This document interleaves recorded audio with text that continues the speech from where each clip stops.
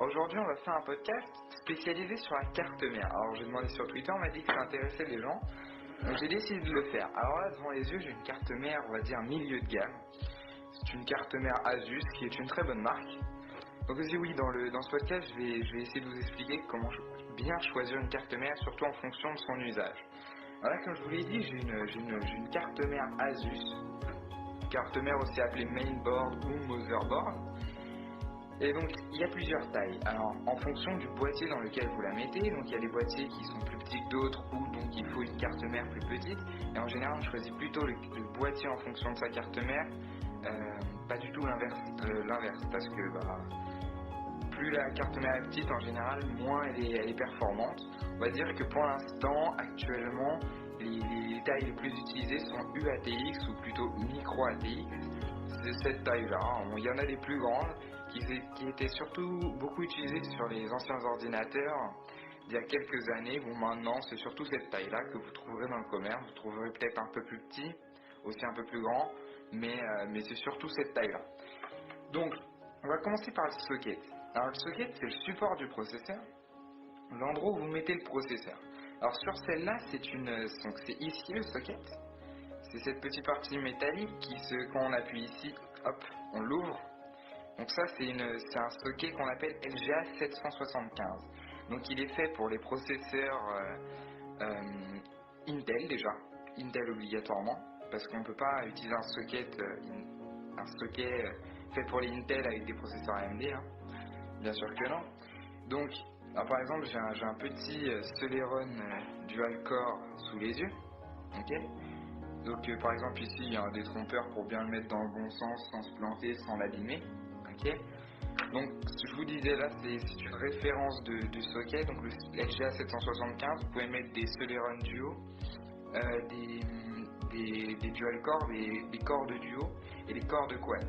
Attention, les i7, i3, i5 ne sont pas prises en compte par cette technologie.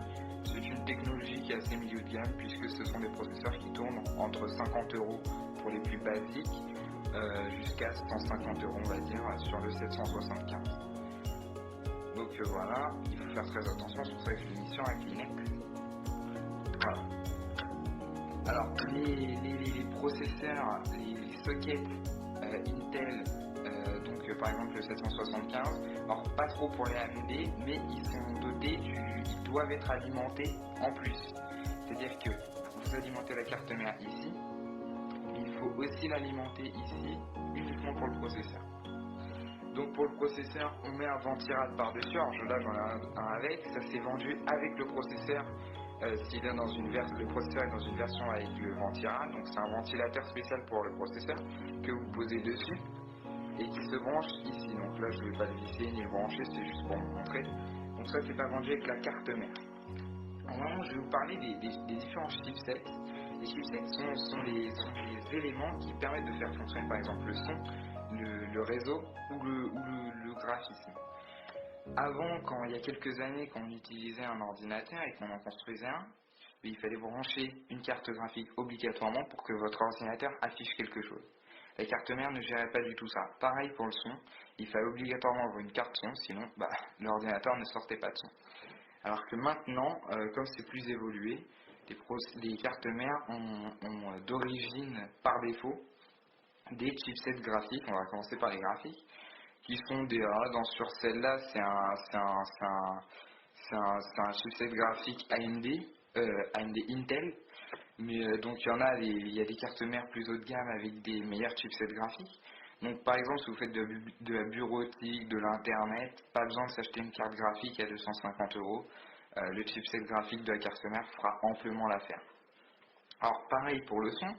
Avant, avec le son, comme je vous l'ai dit, il fallait obligatoirement une carte son à brancher par-dessus en plus pour pouvoir avoir du son. Et bien aujourd'hui, c'est tout simple.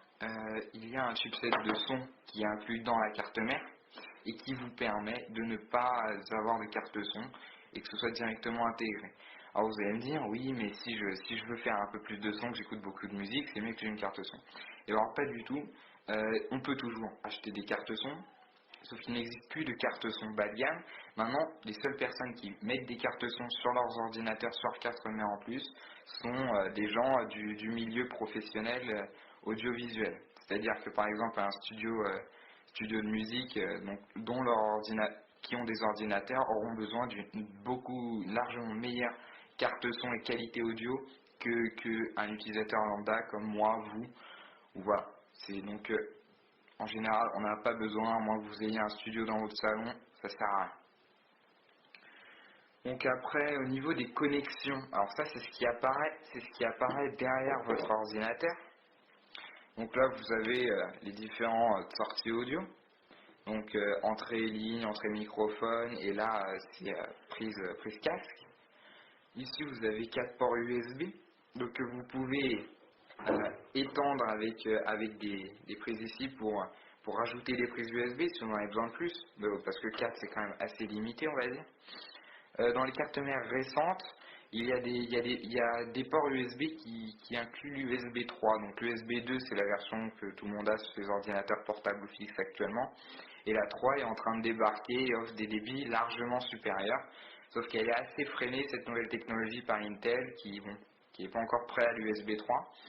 Donc par exemple, ce qui se passe, c'est que par exemple dans certaines cartes mères Asus, donc là je vais citer une carte mère Asus qui coûte dans les 100 euros, ouais, je sais pas comment on dit.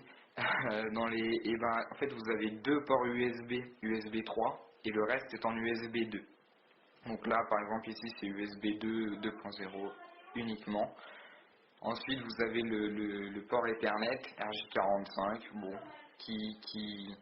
puisqu'il y a le chipset réseau intégré dedans. Donc voilà, aucun problème, pas besoin de carte réseau, sauf si vous voulez faire par exemple du Wake Online qui vous permet d'allumer et d'éteindre votre ordinateur à distance. Bon, une carte réseau, à moins que votre ordinateur vous a servi en serveur, une carte réseau n'est pas indispensable. Ou sinon si vous voulez le faire Wi-Fi. Mais bon, en général, c'est pas très très important. Prise VGA classique. Si vous avez une carte mère de meilleure gamme, vous aurez peut-être un port HDMI. Voilà, très bon. Si vous voulez brancher à votre télé ou à un écran HDMI. Prise PS2,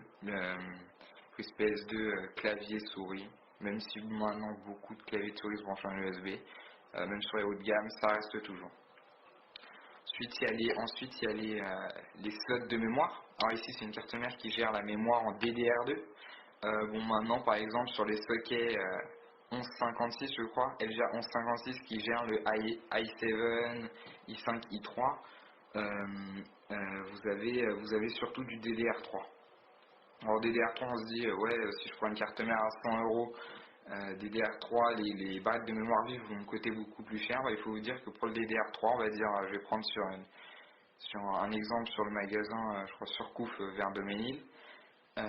Paris Doménil, vous aurez des barrettes de mémoire à 15 euros 1 giga et 30 euros 2 gigas dans la même barrette, ce qui n'est pas très très cher, enfin pas plus cher que une barrette de DDR2. Donc sur cette carte mère, c'est de la DDR2, hein, tout simplement. Voilà, là il n'y a que deux slots. Sur les meilleures cartes mères, il y en a 4. Cette carte mère peut recevoir jusqu'à 8 Go de RAM. Sur les bonnes cartes mères, ça peut monter jusqu'à 16. Sur les cartes mères qui sont utilisées sur les gros ordinateurs et aussi les serveurs, on peut monter beaucoup plus.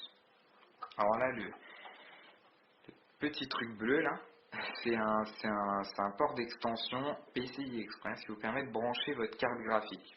Alors là pareil, c'est carte graphique uniquement et ça sert uniquement à quelque chose si vous voulez décoder de la vidéo en 1080, si vous voulez faire du jeu vidéo, on va dire que pour des petits jeux genre Counter Strike, les chipsets de la carte mère suffisent largement. Mais après, quand même, on se sert beaucoup des cartes graphiques. Donc là, après, choisir une carte graphique, peut-être que ça fera l'objet d'un prochain podcast. Bon, il y a différentes gammes de prix. Ça, donc, j'ai dit en PCI Express. En dessous, il y a la pile de l'horloge, ce qu'on appelle. Si vous avez des problèmes avec votre ordi, que vous tombez sur des forums qui vous disent d'enlever et de remettre la pile de l'horloge, en fait, c'est tout simplement elle porte ce nom-là, puisque c'est c'est grâce à elle que l'horloge interne est toujours réglée, même si elle est hors tension. C'est-à-dire que là, même si rien n'est branché autour de ma carte mère sait qu'elle est réglée. Si on la retire, je ne vais pas le faire parce que ça va faire le bazar, mais si on la retire, ça va remettre l'horloge à zéro, et ce qui permet on va dire, de résoudre quelques problèmes lorsqu'on a des problèmes avec son système d'exploitation, bon, sur PC surtout, moins sur Linux. Voilà. Alors là, il y a aussi donc ici, comme je vous ai dit tout à l'heure, pour brancher des USB, par exemple, si votre boîtier comporte des prises USB en façade, et ben vous aurez des fils à brancher ici. Donc là, sur cette carte mère, comme avec Badgame, il n'y en a que 2. Donc je peux rajouter 4 ou 6 ports, on va dire, à peu près. Plus 4 ici, franchement, ça suffit largement. Là, on a deux ports SATA, donc SATA 1, SATA 2, pour brancher les disques durs. Sur les cartes mères plus haut de gamme, vous en avez 4 voire 6. Là, un port IDE pour brancher les anciens disques durs d'ancienne génération. Ici, c'est pour brancher des prises audio comme ça, mais en façade de votre boîtier. C'est-à-dire que vous avez des prises casque en façade de votre boîtier, là ça se branche ici, alors sur cette carte mère. Donc en fait, si vous achetez une carte mère d'une autre marque ou un autre modèle, vous aurez tout est expliqué dans la notice pour chacune des cartes mères. Alors là c'est un truc qui est sur toutes les cartes mères et qui est très important. C'est l'endroit où vous branchez votre bouton. Donc ça peut paraître bête comme ça, mais s'il n'y a pas de bouton, l'ordi, vous pouvez toujours vous amuser pour l'allumer. Donc voilà, pareil, c'est expliqué dans la notice, dans quel ordre, parce que voilà, donc là j'ai un bouton sous la main, un petit bouton, et en général on a 4 fils. Donc ça en général c'est mis dans un boîtier. Donc là j'ai retiré du boîtier, normalement il est mis dans le boîtier. Et vous avez des fils qui pendent dans votre boîtier. Et donc là par exemple Power SW. Donc vous le mettez, moi je sais que par exemple sur ma carte mère c'est ici qu'on le met. Et voilà, hop, vous appuyez, ça s'allume. Donc voilà, après à voir dans votre notice. Ensuite on va terminer par le port d'extension. Donc le port d'extension vous permet par exemple de brancher une carte réseau, une carte qui rajoute des ports USB. Alors ça c'était surtout utilisé dans les anciens ordi, mais bon maintenant comme il y a ces prises là, c'est plus très utilisé. Voilà, donc maintenant pour terminer on va essayer de réfléchir quelques secondes sur comment choisir une carte mère. Alors c'est simple, déjà ça dépend de votre utilisation. Si votre utilisation est jeux vidéo, déjà il vous faudra en général il vous faudra plus de 2 slots de mémoire. Certaines cartes mères offrent plusieurs sockets, surtout pour les serveurs, mais bon, aussi pour d'autres jeux vidéo et tout ça. Plusieurs sockets qui vous permettent de mettre plusieurs processeurs. Donc si vous avez par exemple 4 processeurs de 4 cœurs, on va dire que ça va pas mal dépoter. Il y a aussi des cartes mères qui ont 2 ports PCI Express qui vont vous permettre de brancher 2 cartes graphiques. Alors là pareil, c'est pour les grosses utilisations, pour les gros jeux vidéo de bourrin. Bon, moi personnellement je n'avais pas l'utilité, c'est pour ça que j'ai une carte mère assez bas de gamme. Mais voilà. Ok, comment finir voilà, on va dire que les caractéristiques principales pour choisir sa carte mère, c'est l'utilisation que vous allez en faire. Si c'est pour la musique, un 775 de chez Intel fera largement l'affaire. Pour aller sur Internet, ça fera largement l'affaire. Par contre, si vous faites par exemple du traitement de vidéos, traitement de photos et tout ça, il faudra quelque chose qui calcule un peu plus vite. Donc là, un petit i7, ce sera bien. Du coup, ce sera un socket 1156. Donc tout ça, je vais vous l'expliquer, je vais vous le mettre dans l'article, les références. Voilà, puis après, le chipset graphique ne sert à rien si vous branchez une carte graphique. Voilà. Donc ça, on s'en fout. Pareil, si votre carte mère est HDMI, n'est pas HDMI comme ça, mais que vous mettez une carte graphique HDMI, au final, c'est quand même HDMI. Donc voilà, si vous par exemple, ça sert à rien d'acheter une carte graphique uniquement pour avoir de l'HDMI si vous avez déjà un port HDMI. Parce que ça fonctionne très bien d'origine sur la carte mère.